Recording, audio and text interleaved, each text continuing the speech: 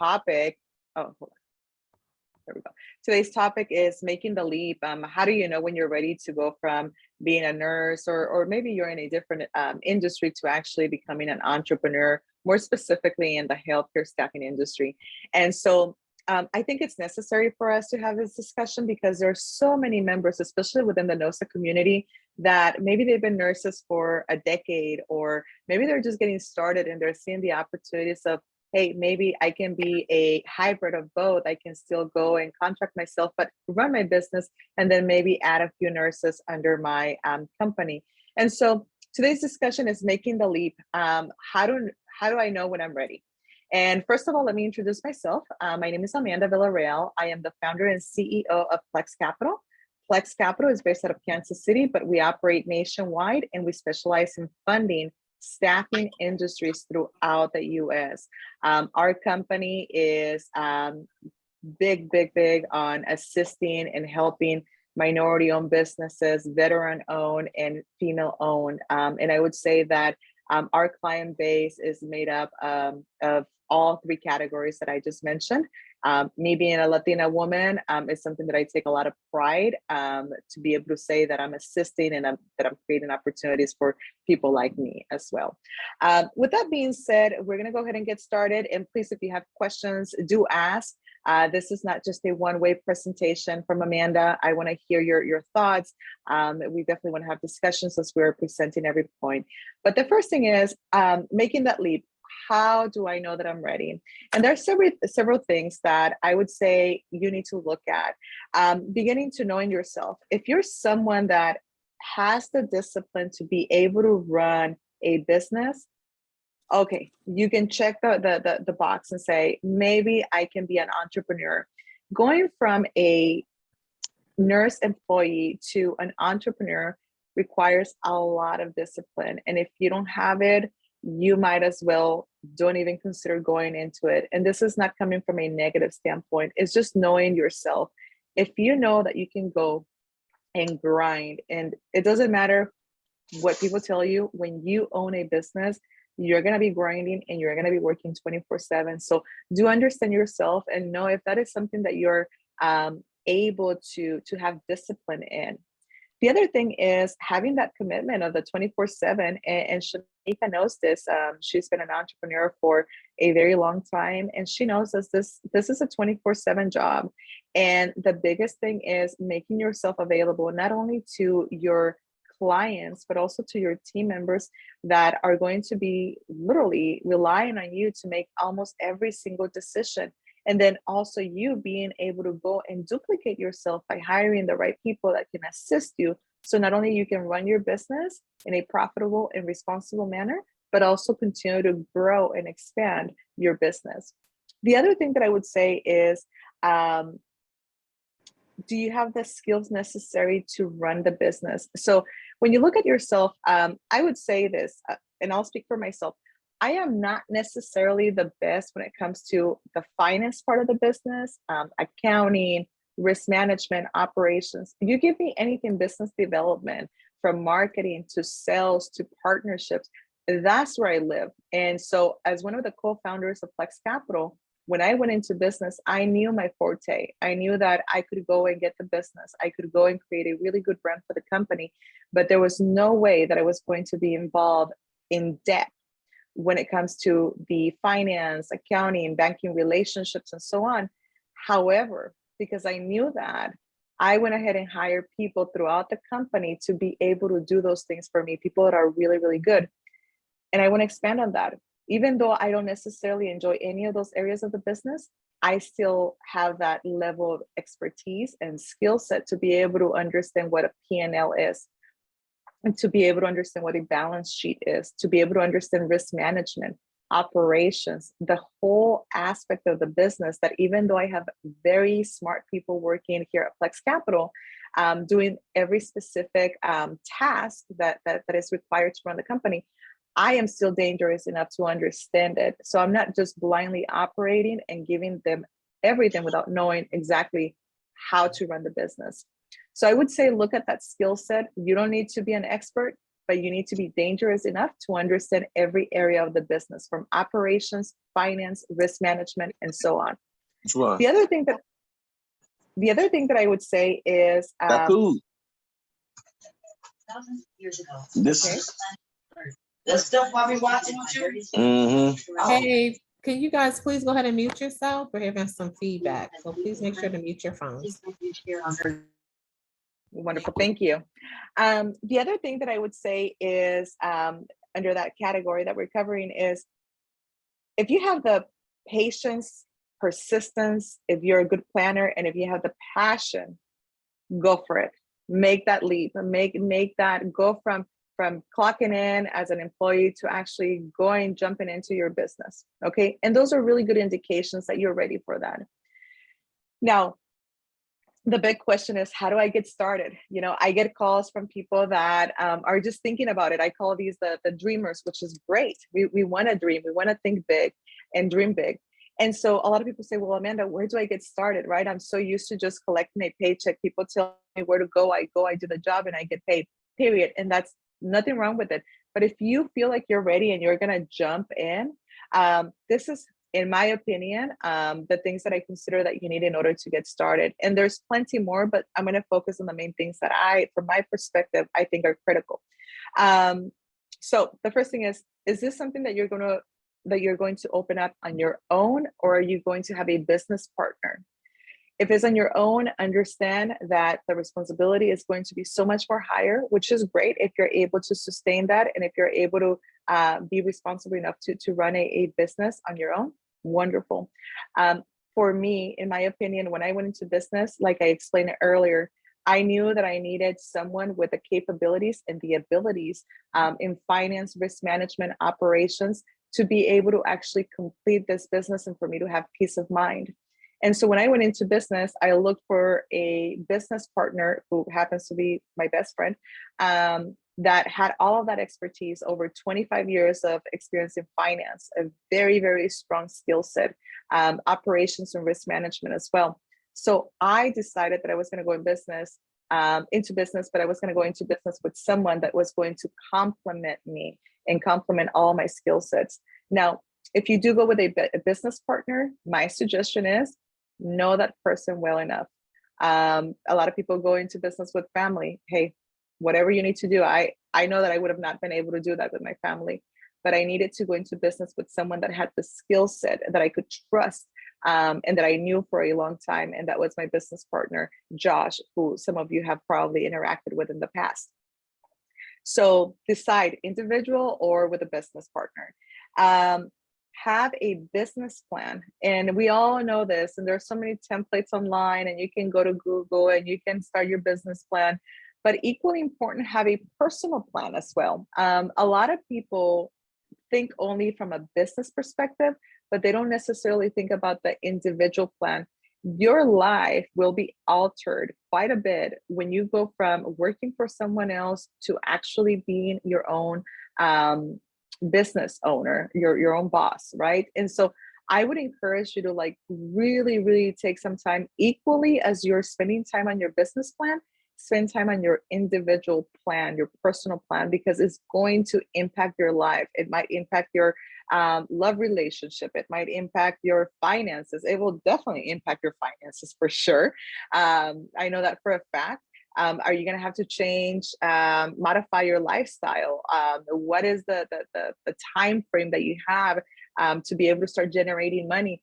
All of those things that if you don't have a good individual or personal plan, is going to impact your business plan as well. And again, there are so many online that you can go and you just can download and take a look at it and work through that. The other thing is doing research when it comes to the industry. And I will be sharing towards the end of this presentation some data that is available for you to actually consider as far as the numbers and what's out there, what opportunities are out there for the healthcare staffing industry. And we'll touch base on specific numbers on that here shortly. But do your research, understand the industry. Make sure that if you don't have any contacts, that you start making contacts, that you rely on people that actually know what they're doing, so they can give you a good perspective that will help you with your business.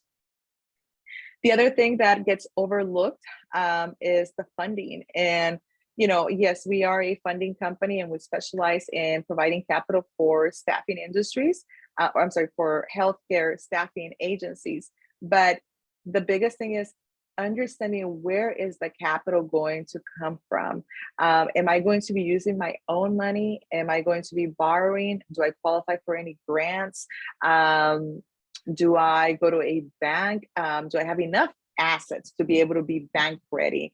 And as we know, with any bank out there, they're typically requiring 2 to 3 years of you being in business. They're requiring that you have filed your taxes, which within reason, everyone will do that. But there are just so many more traditional credit related requirements that they're going to have that might prevent you from having access to capital through a traditional route. And that's when you need to rely on companies like PLEX Capital or alike to be able to support that that part of your business as it relates to capital and funding. Decide on the name. Be creative with the name. Don't make it too complicated. Don't make it too long.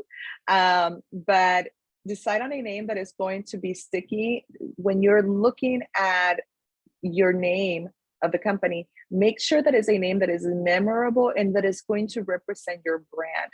And in the coming months, we're going to be talking a lot about brand, not only from an individual aspect, but also from a company standpoint. The way that you name your company is going to correlate to the brand of your company. You want to make sure that you make it memorable. Don't make it too confusing. Don't make it long. Go and register it with the state. Typically, a lot of people use LegalZoom.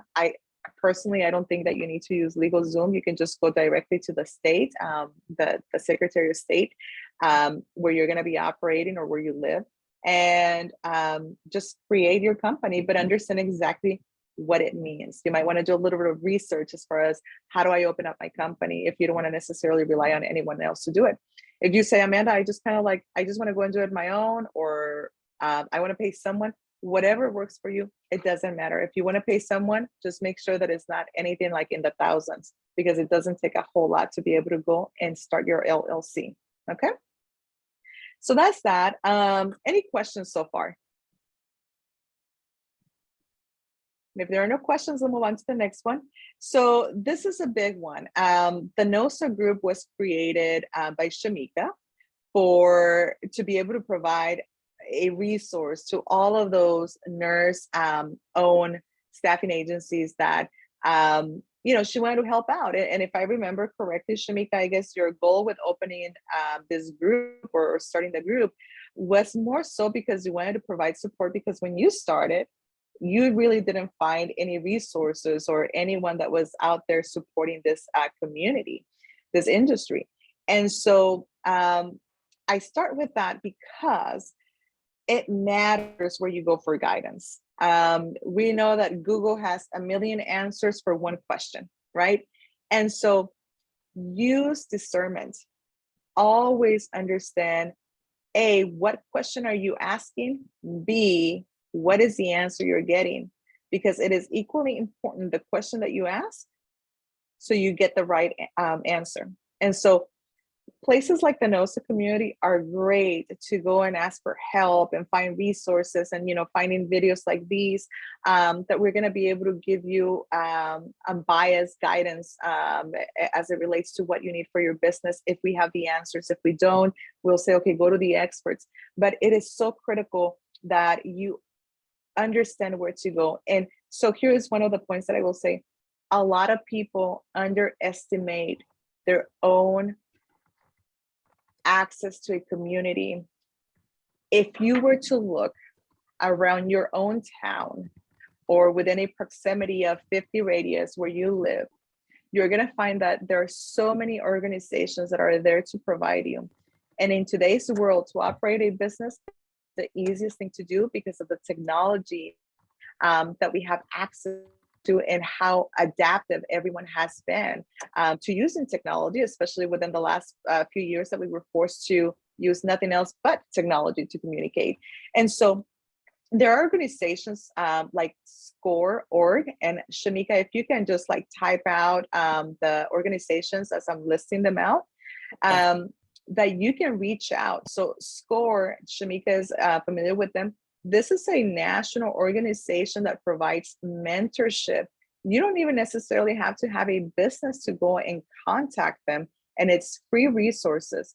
So this specific organization is going to be someone that has mentors that are volunteering to be able to give back to their community in one way or another. And these are going to be professionals. Typically, you're going to find like executives that have retired from large organizations that all they're wanting to do is just kind of give back. And so you can literally go and say online, say, I'm looking for a mentor. It doesn't have to be a mentor in your industry. Forget about the industry. Business is business, regardless of selling tacos or selling alcohol or being a staffing agency. In a business, you're going to have the same rules that apply, except regulations, of course, but the same rules that apply to running a business, regardless of what industry you're in. And so I would encourage you that before you go running to pay a mentor $20,000, $30,000, all the stories that I have heard in the past, don't do that. Like, don't go waste all of this crazy money when you have really good quality access to mentors that are there to help you out. And again, that is completely free. There are no tricks or gimmicks or anything like that. That is an organization that is available to you for free. And you can just go online and basically get registered, and they're going to match you with a mentor based on the needs that you have. The other one is the SBA. So the Small Business Administration is another big one, especially as it relates to funding. Typically, the government is going to go and give money for specific groups of people. So if they're really trying to push minority-owned businesses, they might give like large grants for them to be able to distribute to people like you that, hey, you're starting a business and maybe you are female owned. Wonderful. So you get certified as a woman owned business, and now you have opportunities to go and get some grants that can help you with your business. Maybe you're a minority business. Well, maybe they have grants specifically for minority owned businesses. And so maybe you're a veteran owned, the same thing. Do not discount any of that. And they also have lots and lots of resources, and they work very, very closely with SCORE.org as well. The other one would be Chamber of Commerce. If you're not involved with the Chamber of Commerce that is local or in any other area where you desire to do business, you're missing out on opportunities. And a Chamber of Commerce is basically, to an extent, is like a treadmill, right? You will only get the benefits of the treadmill if you get on it consistently and you're using it. Otherwise, you're just going to have it there as, you know, to throw your clothes on and leave it there. But if you use a chamber, if you get involved with a chamber, believe me when I tell you, so many opportunities are going to come from that. Get involved, become a member. You're going to have access to so many resources. And equally as with SCORE or the SBA, typically when the government is looking at going and giving money to specific groups of people, they're going to go to the local chamber. So for example, we have the Hispanic Chamber here in Kansas City. I get quite a bit involved with them. I don't necessarily qualify for a lot of the benefits because I'm a finance company, but it does promote my business. It does create opportunities. It creates a lot of noise here in Kansas City with, where I can get in front of lawmakers. I can have them come visit here with me. I can talk about some of the issues that we're facing as an industry and also for our clients. And so the power of getting involved with your local chamber, not just to see what you're going to get, but to give, it will just naturally come back to you in so many ways. So to me, I don't necessarily get a lot of benefits from the government. Again, I'm a finance company, so I don't get a whole lot of that. But the power that I have just to be associated with the Hispanic Chamber of Commerce or the Black Chamber of Commerce here in Kansas City, or, you name it specifically, it is powerful. Believe me when I tell you that. So go and seek out relationships with the chamber, and they will also guide you through how to open up your business as well. Okay. The other one will be local groups. There's so many groups, business groups that you can join, some that require a membership, others that don't, but do not discount that. You need to make an investment, even if it's $300 a year. is going to open up opportunities, but you got to be able to go and get involved in the right way. All right. Big warning, and I think I started this part of the presentation as saying, do not go and find a mentor that is going to be charging you $20,000, $30,000. I have heard so many stories from people that are spending that kind of money. And look, there is a place for that and there's a time for that, but explore all of the other really good resources that are out there that are going to help you without necessarily being biases about one thing or another. So do rely on all of the different organizations that we mentioned and that Shamika kindly posted. So go and take advantage of that with mentors. If you're going to use one, make sure that you've done your research. Make sure they have a track record of being successful and understand what that the definition of successful means. You don't want someone that is operating at a very low scale and they're trying to teach you something that they have not even done. Okay, and I see it quite a bit. So be careful. Do not pay large amount of upfront money. Do your reviews, do your research. If they're trying to sway you to go with a specific vendor, maybe they're trying to make you use Paycheck instead of ADP. Maybe they're trying, understand why and use discernment again, because typically if someone is trying to sway you away from one to another, and I've experienced this with clients that prospective clients that they were like, but so and so told me to go with so and so, and it was like the worst decision for them. It would have been the worst decision they could have made.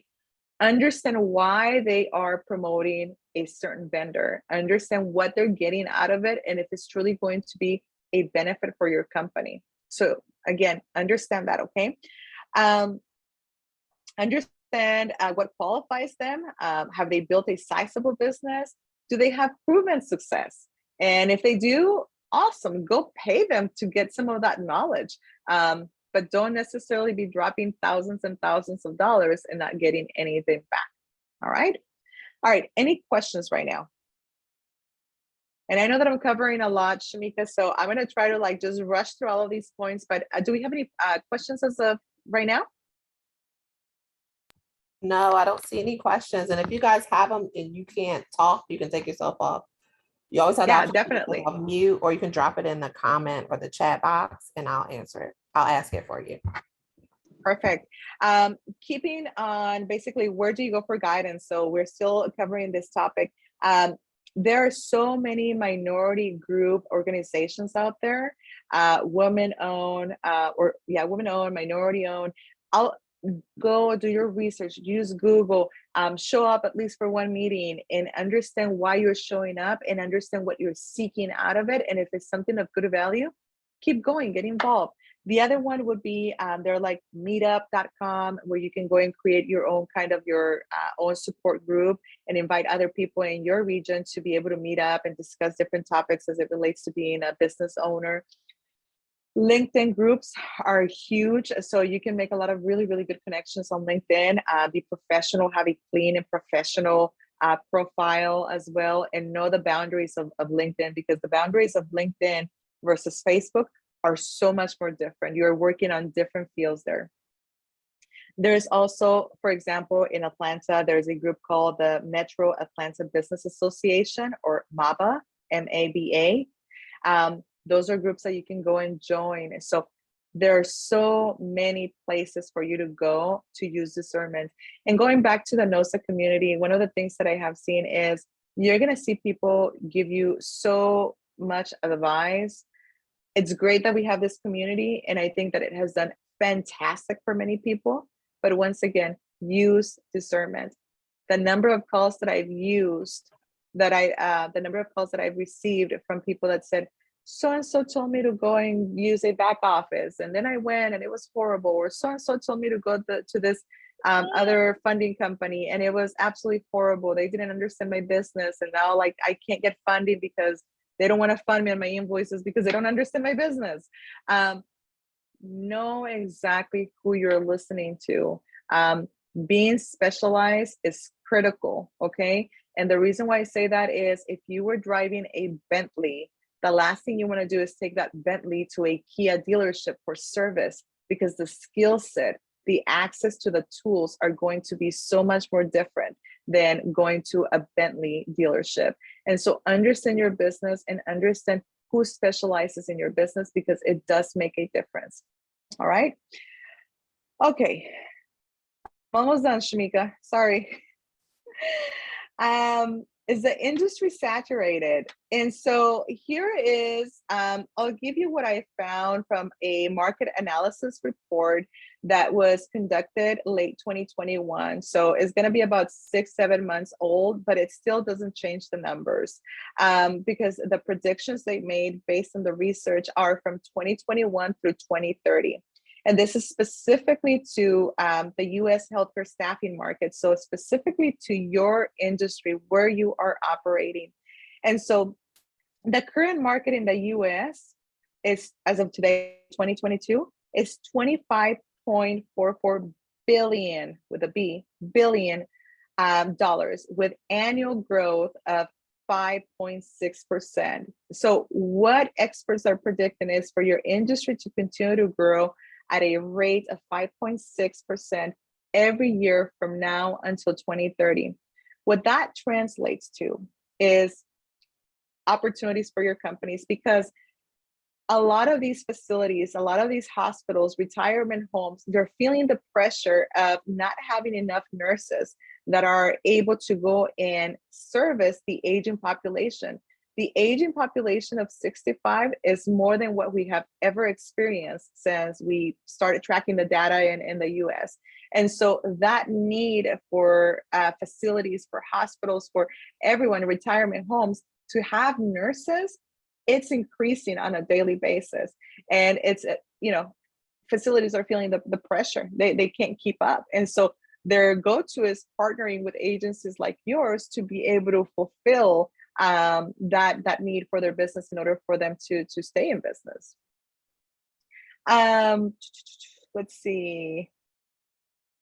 As of 2022, it is estimated that there's a need of 3.44 million nurses, forcing medical facilities again to partner with agencies like yours that have the connections, that know people, to be able to go and support them.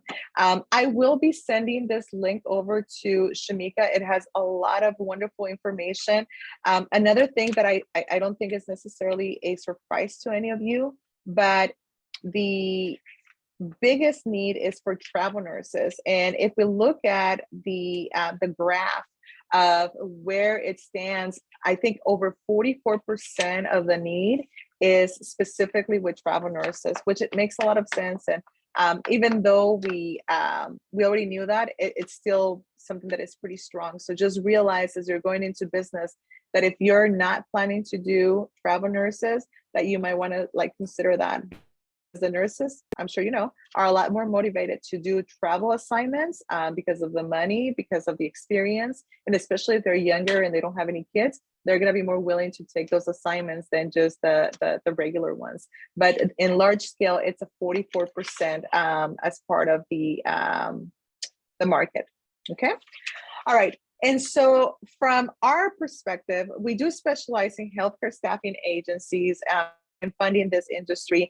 Over 90% of our business is specifically in your industry. So I usually say we speak your language. If you were to walk around our facility, our office, you're going to hear everything about administrators, timesheets, nurses, like the terminology that you use on a daily basis is going to be used here at PLEX Capital. But from our perspective, we have seen, as it relates to rates, so even though the demand continues to increase, we have seen the rates definitely normalize a little bit more. So simply having access to staff is not enough. So even though there's a demand, understand that the ones that stay in the game are the ones that are able to differentiate themselves with service, with quality, with commitment, making sure they're fulfilling the commitments that they are going into, with good quality staff. So it's no longer enough that you have access to staff. You need to be able to differentiate yourself. And that's where, we can talk about branding and service and delivering the services and the experience and so on. And that's a whole different topic. But don't just say, I have access to 10 nurses and I'm going to go into business. Understand what is the value that you are going to be bringing. And I usually say is your USP, your unique selling proposition. What is it? You need to be able to differentiate yourself, get it together, put it on paper, and being able to actually speak it and promote it so people know who you are and what you stand for. Okay. That's going to separate you from your competition as well. Now, as it relates to being on top of your company and making sure you don't get yourself into any legal issues, I see a lot of companies, a lot of agencies just download a contract, an agency contract from Google or from a friend or a mentor, and they don't take the time to actually go to a specific business attorney and say, here are my business needs, and this is where I'm going to be doing business, conducting business. You need to be able to, and I cannot emphasize this enough, you need to be able to go and spend a couple $1,000s, could be less, depending on who you go to, and be able to go and say, here is a template of this agreement, this facility agreement. Here are my needs. What can I do to protect myself? You better believe it, when you're dealing with invoices of $80,000, $200,000, or you grow to $1 million in monthly sales, you do not want to have a contract that you downloaded from Google trying to protect your company, because it's not going to happen. So spend the money, as painful as it might be, spend the money having a contract that is specific to your company, to your agency. And I bring this up because from our perspective, that's where we see a lot of failures from agencies. And so, aside from opportunities in the market and everything else, one of the things that we deal with on a daily basis in your industry is people not having the correct contract, or a contract that is specific to their industry. So be sure to do that. Okay. The other is, it basically flows into the contract. One of the things that I saw, especially with this last virus crisis that we had a few months ago, our clients had relationships with facilities, and facilities were just frazzled and trying to take care of their residents and their patients, that they were calling all of these agencies saying, I don't care how much you're going to charge me, just send people. We need people. We need nurses. And the go-to for many people, because they already have a relationship with these facilities, is to start sending a text or a message, or do not. We had a few accounts with large amounts where our clients didn't necessarily document everything properly and didn't get authorization on crisis rates or weekend rates or holiday rates, that now some clients are sitting on $180,000 or $500,000 of potentially uncollectible money because they did not go and operate their business the way that they should have. Anytime that someone is requesting something and it's going to be altering the rates that were listed in that initial contract, you must submit an amended contract. Don't get too excited, or don't be too busy to go and modify that contract, and have someone with authority in that facility or at the corporate level authorizing those rates before you send your staff. Believe me when I tell you, and I cannot emphasize that enough, because it is painful to see whenever someone says, oh, well, that person was not authorized to sign off on that rate. Okay, you're telling me 6 months later? No. You're telling me 3 months later? No. You need to be able to have it in writing. You need to be able to have it as part of your contract, and it needs to be signed by someone with authority within that corporation. Okay. And then lastly, what we're seeing from our perspective, the companies that are thriving are not only the ones that have that can also differentiate themselves from any other service provider, but these are the companies that are using good technology, that have clean books. It's 2022. There shouldn't be a system of actually like clocking in and clocking out with like actual timesheets or like handwritten timesheets. Spend on technology. There's so many affordable timesheet type of platforms that you can utilize to ensure that everything is being tracked the way that it should. Not only that, but also if the facility that you're contracting with If they have already a timesheet system, try to integrate, try to see if there's something that you can do to be able to pull that data so you don't have two different timesheets tracking the hours. It will make it so much more easier for you, and it's going to leave a better track that you can rely on as you are billing and building with that, billing that facility and building up on your relationship with that facility. Okay, so yeah, let's see if they have any questions. Because we're almost at time, Amanda. So yes, so that was my get last to the point. Questions, Perfect. please. And you can drop your questions. You can take yourself off mute if you have any questions that you want to get answered. Okay. Definitely. So yeah, I think that from my perspective or my standpoint, those are the only things that I would give at a high level.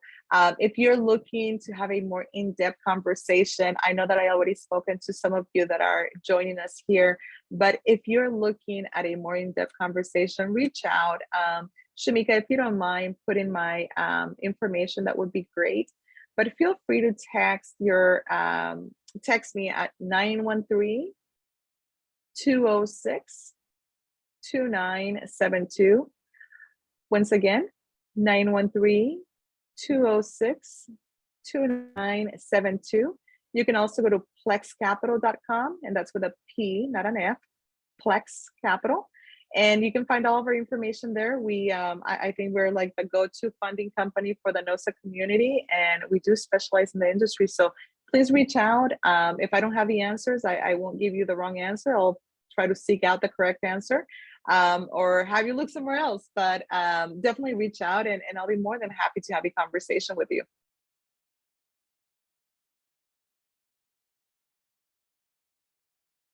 Amanda's information went up into the chat box. If you want to reach out to her, I put the office and the cell on there. I just kind of copied and pasted.